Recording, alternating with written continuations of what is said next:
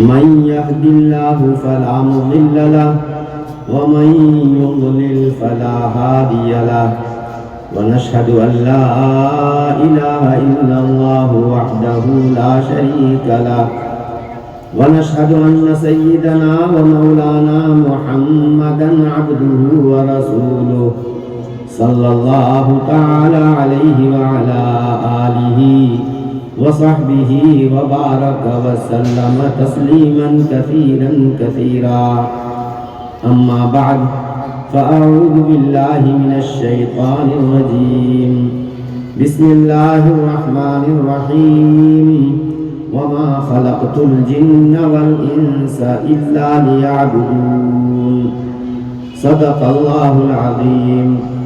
وقال النبي صلى الله عليه وسلم اتق المحارم تكن أعبد الناس وارض بما قسم الله لك تكن أغنى الناس وأحسن إلى جارك تكن مؤمنا وأحب لأخيك ما تحب لنفسك تكن مسلما ولا تكثر الضحك فإن كثرة الضحك تميت القلب أو كما قال عليه الصلاة والسلام.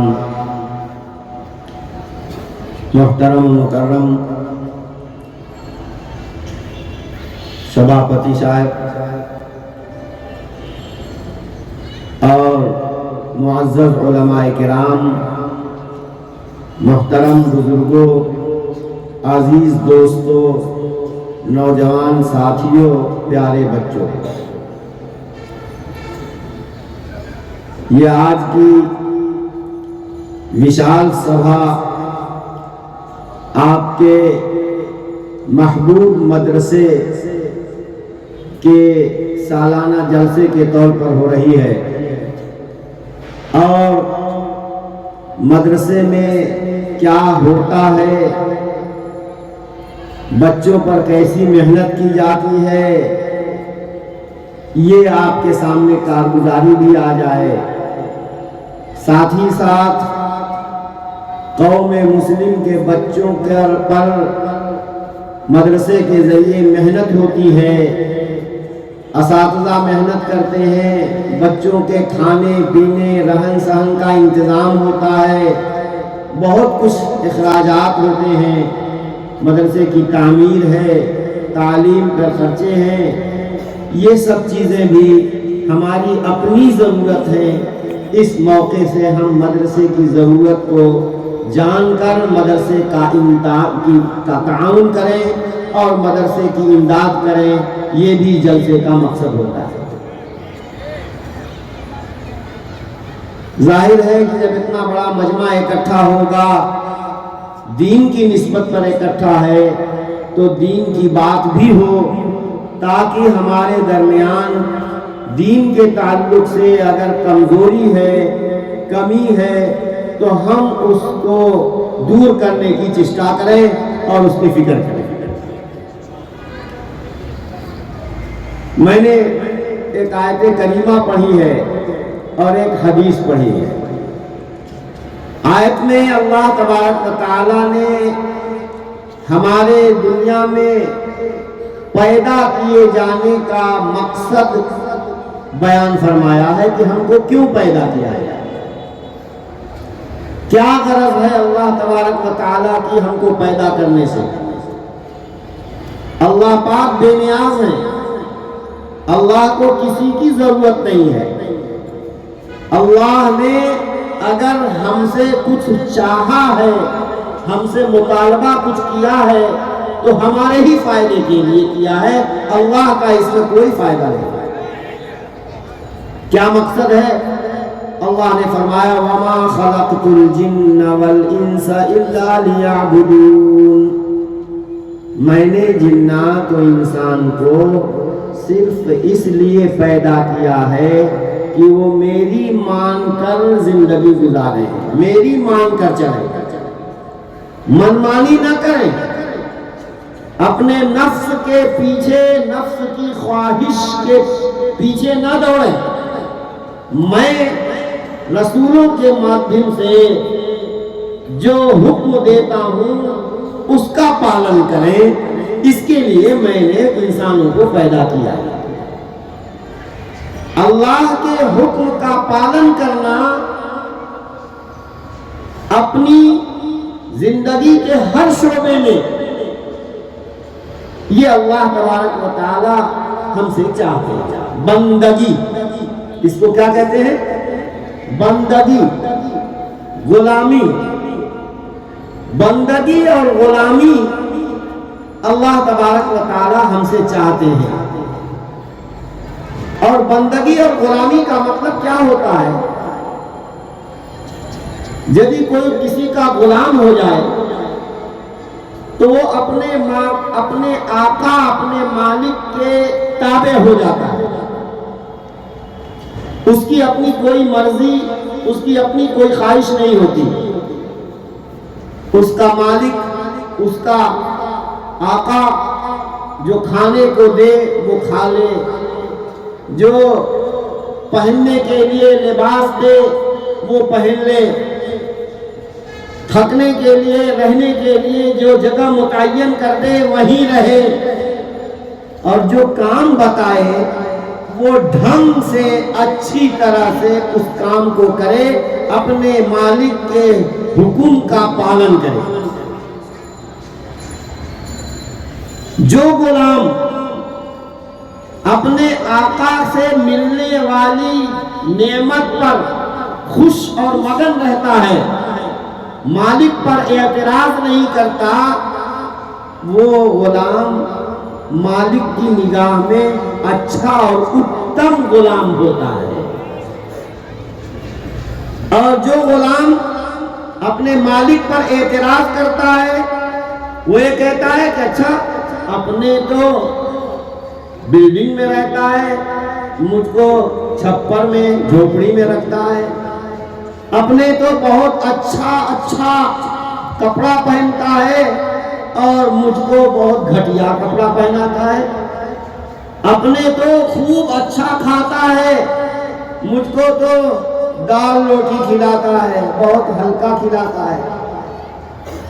تو جو غلام اپنے مالک پر اعتراض کرتا ہے، اچھا یہ بھی اعتراض کرتا ہے کہ فلاں غلام کو زیادہ دیتا ہے، مجھ کو کم دیتا ہے، بھائی وہ اس کا بھی مالک ہے، اس کا بھی مالک ہے، اس کا بھی مالک ہے، جس کو جتنا چاہے دے، جس کے ساتھ نرمی چاہے کرے، جس کے ساتھ سختی کرے، اس کی ملکیت ہے، اپنی ملکیت میں اپنا مالک کچھ بھی کر سکتا ہے۔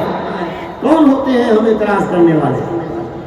میرے دوستو، ہم سب اللہ کے بندے ہیں، اللہ ہم سے بندگی چاہتا ہے۔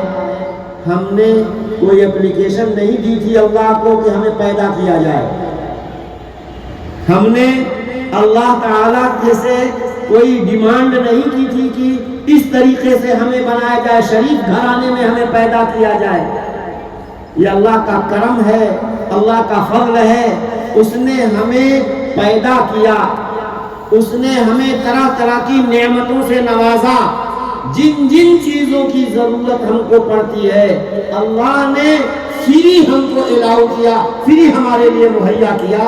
یہ اللہ کا کتنا بڑا فضل اور احسان ہے، اتنے اتنے اتنے کہ اللہ فرماتے ہیں وَإِن تَعُدُّوا نِعْمَةَ اللَّهِ لَا تُحْصُوهَا۔ نہیں ہے کہ اللہ کی نعمتوں کی گننا کر لو، اس کی گنتی کر لو، ممکن نہیں ہے۔ ہر لحظہ، ہر لمحہ بے شمار نعمتیں ہمارے اوپر برستی ہیں، کتنی نعمتوں کا ہمیں علم ہوتا ہے اور کتنی نعمتوں کو ہم جانتے بھی نہیں۔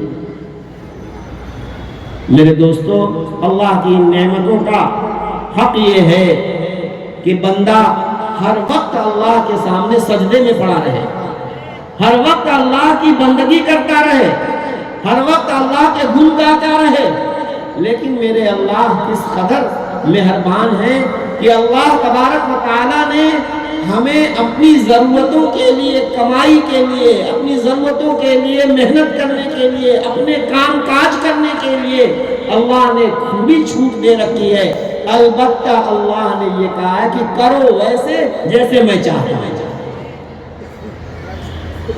خوب مال کماؤ لیکن حرام طریقے سے نہیں، حرام مال، حرام کسی پر ظلم نہ کر کے، کسی کا مال، کسی کا کھیت، کسی کی زمین مت دبانا، کسی کا مال مت غصب کرنا، چوری مت کرنا، ڈاکہ مت ڈالنا، حرام طریقے سے نہیں، لاٹری اور جوا کے طریقے سے مال مت کمانا، حرام طریقے سے مال کمائی کو منع کیا۔ تو میرے دوستو، بندگی اور غلامی یہ ہماری زندگی کا مقصد ہے۔ اس بندگی اور غلامی میں ہم جتنے اچھے اور جتنے پکے بنیں گے، اتنے ہی اپنے مالک کی نظر میں اچھے ہوں گے، اتنے ہی زیادہ ہمارا مالک ہم سے پیار کرے گا۔ اور اگر کوئی مخلوق ہمیں نقصان پہنچانا چاہے گی تو اللہ کی طاقت ایسی ہے کہ آدمی سوچ نہیں سکتا، اور ظلم کرنے والے کو اللہ تبارک و تعالی اس کی پکڑ کرتے ہیں، اور ایسی پکڑ کرتے ہیں کہ تصور نہیں کر سکتا۔ تو زندگی کا مقصد ہے بندگی۔ بندگی میں جتنا کمال ہوگا اتنا ہی اللہ کی نظر میں ہم محبوب ہوں گے، اور جب اللہ کی نظر میں ہم محبوب ہو جائیں گے، خدا پاک کی قسم دنیا کی کوئی طاقت ہم کو نقصان نہیں پہنچا سکتی۔ آج ہم ظلم کی شکایت کرتے ہیں، آج ہمارے اوپر طرح طرح کے ظلم ڈھائے جاتے ہیں، ہم شکایت کرتے ہیں۔ بات یہ ہے کہ ہمارا خالق و مالک ہم سے ناراض ہو جاتا ہے ہمارے کرتوتوں کی وجہ سے، جس کی وجہ سے بندوں کے ذریعے ہم کو نقصان پہنچتا ہے، اور بندے ہم کو تکلیف پہنچانے لگتے ہیں تو ہم شکایت کرتے ہیں کہ میں نے اس کا کیا بگاڑا تھا، یہ مجھے تکلیف پہنچا رہا ہے۔ ارے اس کا نہیں بگاڑا ہے، تم نے اپنے خالق و مالک کے حکم کا پالن نہیں کیا ہے، اس کی نافرمانی کی ہے، اس کی تم نے جو ہے حکم ہنتا کی ہے، اس کے حکم کو تم نے توڑا ہے۔ اس کی وجہ سے اللہ نے اس مخلوق کو ہمارے اوپر مسلط کر دیا ہے کہ یہ ہم کو ستا رہا ہے اور یہ ہمارے اوپر ظلم کر رہا ہے۔ بندگی میں کمال کیسے آئے گا؟ میں نے ایک حدیث پڑھی ہے، اس حدیث میں آقا مولا صلی اللہ علیہ وسلم ارشاد فرماتے ہیں کہ اتق المحارم تکن اعبد الناس۔ اللہ نے جن جن چیزوں کو حرام قرار دیا ہے، حرام سے بچ جاؤ، کمال بتایا گیا۔ حرام سے بچنا بندگی کا کمال بتایا گیا۔ ارے نماز، روزہ، حج، قرآن کی تلاوت، تسبیح، استغفار، عبادتیں، ان کو نہیں بندگی کا کمال بتایا۔ بندگی کا کمال بتایا کہ حرام سے اپنے آپ کو بچا لو۔ اللہ اکبر! میرے آقا صلی اللہ علیہ وسلم نے سب کچھ بیان کر دیا۔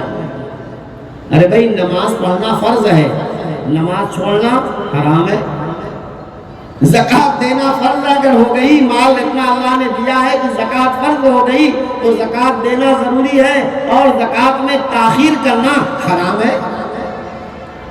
اس کے علاوہ کچھ چیزیں ایسی ہیں کہ اللہ نے ہم کو ان سے منع کر دیا ہے۔ کیوں؟ وہ ہمارے لیے نقصان دہ ہیں، ہم کو نقصان پہنچانے والی ہیں، دنیا کے اعتبار سے بھی اور آخرت کے اعتبار سے بھی۔ اس کی مثال ایسے سمجھو جیسے کہ کسی کو بیماری ہو جائے، خدا نہ کرے کہ بیماری لگ جائے، خطرناک قسم کی بیماری، تو آدمی ڈاکٹر کے پاس جاتا ہے، اور ڈاکٹر چیک اپ وغیرہ کرا کے مرض چین لیتا ہے، اور مرض چیننے کے بعد پھر وہ ایک دوا لکھ دیتا ہے۔ دوا کے ساتھ ساتھ ایک لسٹ اور دیتا ہے کہ دیکھو تمہاری بیماری بہت خطرناک ہے، یہ چیزیں نقصان پہنچائیں گی، تیل مت کھانا، مرچ مت کھانا، مسالہ مت کھانا، اور بھی بہت سی چیزیں، مثلا نمک مت کھانا۔ اللہ علیہ وسلم نے 5 مولبان باتیں، بڑی اہم باتیں ارشاد فرمائی ہیں۔ نمبر 1، اتق المحارم تکن اعبد الناس۔ کہ تمہاری زندگی کا مقصد بندگی ہے، اگر تم بندگی میں کامل ہونا چاہتے ہو تو اللہ کی حرام کی ہوئی چیزوں سے بچ جاؤ۔ حرام سے بچنا زندگی بندگی کا کمال بتایا گیا۔ اور یہ بات سمجھ میں آتی ہے مثلاً آدمی بیمار ہوتا ہے اور ڈاکٹر کے پاس جاتا ہے، ڈاکٹر اس کی بیماری کو دیکھ کر چیک اپ وغیرہ کر کے دوا بھی لکھتا ہے اور ساتھ ہی ساتھ کچھ پرہیز بتاتا ہے کہ یہ چیز تمہاری بیماری میں نقصان دے۔ اگر مریض عقل مند اور سمجھدار ہوتا ہے تو دوا کھانے کے ساتھ ساتھ پرہیز کرتا ہے۔ مریض پرہیز اگر کرتا ہے تو بیماری پہ کنٹرول جلدی ہو جائے گا، اور اگر مریض پرہیز نہیں کرتا، جن جن چیزوں کو ڈاکٹر نے منع کیا ہے ان کو استعمال اگر کرتا ہے تو دوا کھاتا رہتا ہے، دوا کا کوئی فائدہ ہوتا نہیں۔ اسی طریقے سے اللہ تبارک و تعالی نے ہمارا وطن اصلی جنت ہمارا رکھا ہے، ہم جنت ہی میں تھے، جنت سے یہاں دنیا میں بھیجے گئے ہیں۔ ہم کو کچھ کاج نیک عمل کر کے جنت میں جانا ہے۔ البتہ ہم روحانی اعتبار سے بیمار ہیں، طرح طرح کی بیماریاں ہمارے اندر ہیں جو جنت میں پہنچنے سے روکیں گی۔ اس کے لیے اللہ نے ہمیں کچھ دوائیں دی ہیں اور اللہ نے کچھ پرہیز بتایا ہے۔ دوائیں ایمان، سب سے پہلے ایمان کے بغیر کوئی جنت میں نہیں جائے گا۔ اسی طریقے سے نماز، 5 وقت کی نماز ہر مسلمان پر فرض قرار دی گئی ہے۔ اسی طریقے سے زکوٰۃ کہ جو بھی اللہ نے اس کو مال دیا ہے تو اس کے مال کا 40واں حصہ فقیر و مسکین کا حق ہے، اور اگر کوئی زکوٰۃ نہیں ادا کرے گا تو وہ گناہ کب کر رہا ہے اور اپنے مال میں ناپاک مال شامل کیے ہوئے ہے، مال کی میل کچیل ہے یہ زکوٰۃ۔ اسی طریقے سے حج فرض ہو گیا، اور حج کے اندر آدمی تاخیر کرتا ہے تو وہ گناہ کرتا ہے۔ تو کہنے کا مطلب یہ ہے کہ کچھ تو دوائیں ہیں، یہ عبادتیں، یہ اذکار، تلاوت، یہ سب دوائیں ہیں۔ دوا کے ساتھ ساتھ کچھ اللہ نے ہمیں ممانعتیں کر رکھی ہیں۔ شرک مت کرنا، جھوٹ مت بولنا، جوا مت کھیلنا، کسی کا مال مت دبا لانا، کسی کے ساتھ ظلم اور زیادتی مت کرنا، زنا مت کرنا۔ تو یہ جو گناہ ہیں اور ان گناہوں سے اللہ نے ہمیں منع فرمایا ہے، یہ گناہ پرہیز کے درجے میں ہیں۔ ان سے اگر مومن پرہیز کرے گا تو اس کی نماز سے اس کو بہت فائدہ ہوگا، اور اگر گناہ بھی کر رہا ہے، نماز بھی پڑھ رہا ہے، گناہ بھی کر رہا ہے، تلاوت بھی کر رہا ہے، تو میرے دوستو اس تلاوت کا اس کو کوئی فائدہ نہیں ہوگا جب تک کہ آدمی گناہ سے پرہیز نہیں کرے گا۔ تو بندگی کا کمال گناہ سے بچنا ہے۔ مریض اگر پرہیز پر کنٹرول کر لے تو یقین مانو کہ اس کی بیماری خود بخود ختم ہو جائے گی۔ اصل علاج تو پرہیز ہے۔ ٹھیک اسی طریقے سے مومن اگر گناہ سے بچ جائے تو یقین مانو اس کی یہ تھوڑی موڑی عبادتیں بھی بہت اس کو فائدہ پہنچائیں گی اور اس کے لیے جنت کا سامان ہو جائے گا۔ اور اگر گناہوں سے نہیں بچتا ہے، حرام میں مبتلا ہوتا ہے، سود کھاتا ہے، بیاج کھاتا ہے، چوری کرتا ہے، زنا کرتا ہے یا جھوٹ بولتا ہے، اس طریقے کے گناہوں کی وجہ سے آدمی کی نیکیاں بھی برباد ہو جاتی ہیں اور بدستور و بیمار کا بیمار رہے گا اور جنت میں داخلہ اس کا ہونا بڑا مشکل ہے۔ اس لیے فرمایا کہ گناہ سے بچنا، حرام سے بچنا، یہ بندگی کا کمال ہے۔ وَارْضَ بِمَا قَسَمَ اللَّهُ لَكَ تَكُنْ أَغْنَى النَّاسِ۔ اللہ نے تمہیں جو بانٹ کر دے دیا، جو تمہاری قسمت میں لکھ دیا، جو مل گیا اللہ کی طرف سے، اس پر خوش ہو جاؤ، مگن ہو جاؤ، تو تم لوگوں میں سب سے بڑے مالدار ہو جاؤ گے۔ ہر آدمی چاہتا ہے کہ مالدار ہو جائے۔ مالداری یہ نہیں ہے کہ گھر میں ٹکا پیسہ خوب بھر جائے، بہت زیادہ اس کے کھیت ہو جائے اور اس کی بڑی پراپرٹی بن جائے۔ مالداری اس کا نام نہیں ہے۔ مالداری یہ ہے کہ دل کا سکون نصیب ہو جائے۔ اگر کم ہی مال ہے، جھوپڑی میں رہ رہا ہے، لیکن دل کو سکون مل گیا تو سمجھو کہ وہ بادشاہ ہے۔ اور اگر بڑی بڑی بلڈنگوں میں رہتا ہے لیکن دل کا سکون اس کو نہیں ملا، الجھن ہے، پریشانی ہے، یہ خطرہ وہ خطرہ، ادھر کا ڈر ادھر کا ڈر، اور اس کے ساتھ ساتھ مال کی ہرس لگی ہوئی ہے، جتنا بھی ہے وہ کم محسوس ہوتا ہے، تو یقین مانو اگر وہ بڑی سے بڑے ٹاٹا برلا کے خزانے بھی اس کے مل جائیں، خدا پاک کی قسم وہ غریب اور فقیر ہے۔ تو مالداری اصل دل کی بے نیازی کا نام ہے۔ یہ یقین دل کے اندر جما لے کہ اللہ نے جو ہمارے لیے لکھ دیا ہے وہ مل کے رہے گا، اور جو ہمارے مقدر میں نہیں ہے وہ نہیں ملے گا۔ جب انسان کا یہ ایمان ہوگا تو نہ ملنے پر تکلیف نہیں ہوگی، اور اگر مل گیا تو وہ اس کا ریئیکشن نہیں ہوگا، غلط سلط استعمال نہیں کرتا ہے اور نعمت کا صحیح استعمال کرے گا۔ اس لیے بڑی اہم چیز ہے کہ اگر تم مالدار بننا چاہتے ہو تو قناعت سیکھو اور دل کو منا لو کہ اللہ نے ہمیں دیا ہے، واقعتاً یہ اس کا احسان ہے، میرا کوئی حق نہیں ہے۔ وَارْضَ بِمَا قَسَمَ اللَّهُ لَكَ تَبْنَ تبارک و تعالیٰ نے۔ اور یہ اب تیسری بات حضرت صلی اللہ علیہ وسلم فرمائی کہ احسن الی جارک تکن مومنا، بھائی تم اپنے پڑوسی کے ساتھ، جس کے ساتھ تمہارا رہنا ہے، پڑوس میں جو رہتا ہے اس کے ساتھ اچھا سلوک کرو تو تم کامل مومن بن جاؤ گے۔ اور چوتھی بات اسی سے متعلق کہ اپنے بھائی کے لیے وہ چیز پسند کرو جو اپنے لیے پسند کرتے ہو، تم پکے مومن بن جاؤ گے۔ یعنی دین اور دنیا کی جو خوبی انسان اپنے لیے پسند کرتا ہے وہی اپنے بھائی کے لیے بھی پسند کرے، تو یہی ایمان کا تقاضا ہے۔ یہ دونوں باتیں، پڑوسی کے ساتھ اچھا برتاؤ کرنا اور اپنے بھائی کے ساتھ خیر خواہی کرنا، یہ ایمان کا تقاضا ہے۔ اور یاد رکھو، جب ہر پڑوسی کا خیال کرے گا، پڑوسی کو ستائے گا نہیں، پڑوسی کا حق ادا کرے گا، پڑوسی کے آرام کا خیال کرے گا، ہر پڑوسی دوسرے پڑوسی کا جب خیال کرے گا تو محلے میں کوئی جھگڑا نہیں ہوگا، کوئی مقدمہ بازی نہیں ہوگی۔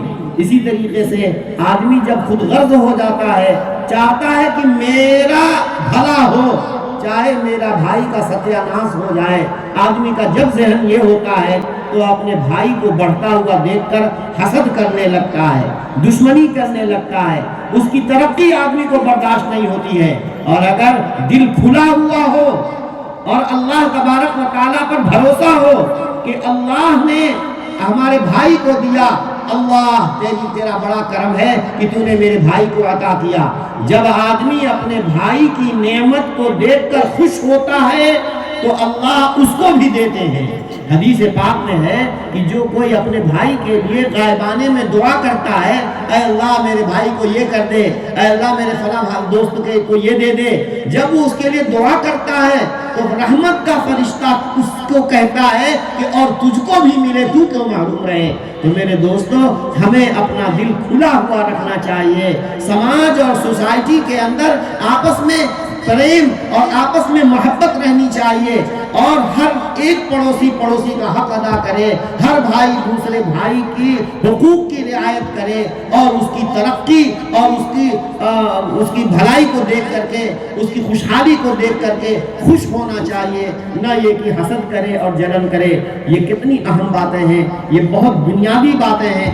جس سماج اور معاشرے کے اندر یہ خوبیاں ہوں گی، یقین مانو وہ سماج، وہ سوسائٹی جنت کا نمونہ ہو جائے گا، دنیا ہی ہمارے لیے جنت ہو جائے گی۔ جی میرے دوستو، بہت ہی عجیب صورتحال ہو گئی ہے کہ یہ ملٹی میڈیا موبائل اتنا عام ہو گیا ہے کہ بچے کے ہاتھ میں ہوتا ہے، جوان بوڑھے مرد عورتیں بچے سب کے ہاتھوں میں جو ہے یہ ہوتا ہے، اور لوگ موویز دیکھتے ہیں، اور ان موویوں میں گندی خراب قسم کی موویاں بھی ہوتی ہیں۔ ان کو دیکھ کر کے ہمارے بچوں اور ہمارے نوجوانوں کے اخلاق تباہ ہوتے ہیں، ان کی زندگی برباد ہوتی ہے، اور دین سے وہ دور ہوتے چلے جاتے ہیں۔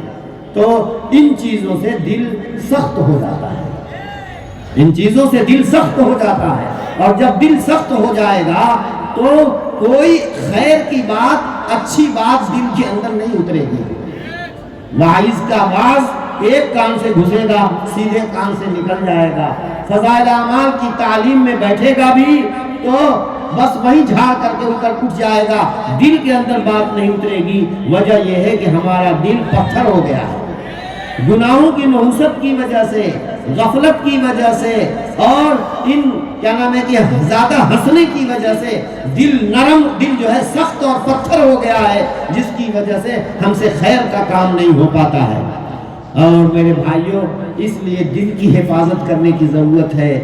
بندہ اگر گناہ دیکھو سب سے ہوتا ہے، کوئی دودھ کا دھویا ہوا نہیں ہے، لیکن ہمارے اللہ بڑے مہربان ہیں۔ بندہ اگر اللہ کے سامنے توبہ کرتا ہے اور اپنے گناہ کو یاد کر کے روتا ہے تو اس کی آنکھ سے اگر ایک آدھا قطرہ آنسو کا گر جاتا ہے تو اس کے مرے ہوئے دل میں بہار آ جاتی ہے۔ وہ دل جو اب تک ہمیں گناہ پر ابھارتا تھا، وہی دل اب ہمیں نیک کام کی طرف لے جائے گا۔ اس لیے میرے دوستو، دل کی حفاظت کرو، یعنی گناہوں سے بچو، غفلت کے ماحول سے اپنے آپ کو بچاؤ، اور دل کو قوت پہنچانے کے لیے دل والوں یعنی اللہ والوں کی صحبت اختیار کرو۔ اللہ والوں کی صحبت اختیار کی جائے، اسی طریقے سے توبہ کیا جائے۔ جب توبہ کیا جائے گا اور اللہ والوں کی صحبت اختیار کی جائے گی تو دل نرم ہوگا، اور جب دل نرم ہوگا تو پھر یہ دل ہمارے ہاتھ، پیر، آنکھ، کان، اعضاء اور جوارح کو نیک عمل کرنے کا حکم دے گا۔ اور دل جب سخت ہوتا ہے، سیاہ ہو جاتا ہے، من خراب ہو جاتا ہے، تو ہمارے ہاتھ، پیر اور آنکھ، کان، زبان سے برے کام صادر ہوتے ہیں۔ میرے آقا مولا صلی اللہ علیہ وسلم نے بڑی اہم قیمتی یہ 5 باتیں فرمائیں۔ ہر بات اپنی جگہ پر ہماری زندگی کو سنوارنے کے لیے کافی ہے۔ نمبر 1، حرام سے بچو، کامل اور اچھے بندے بن جاؤ گے۔ نمبر 2، اللہ نے جو تمہاری قسمت میں لکھ دیا، جتنا تمہیں مال دے دیا، اس پر مگن ہو جاؤ، خوش ہو جاؤ، تم سب سے بڑے مالدار ہو جاؤ گے۔ نمبر 3، اپنے پڑوسی کے ساتھ اچھا سلوک کرو، تم کامل مومن بن جاؤ گے۔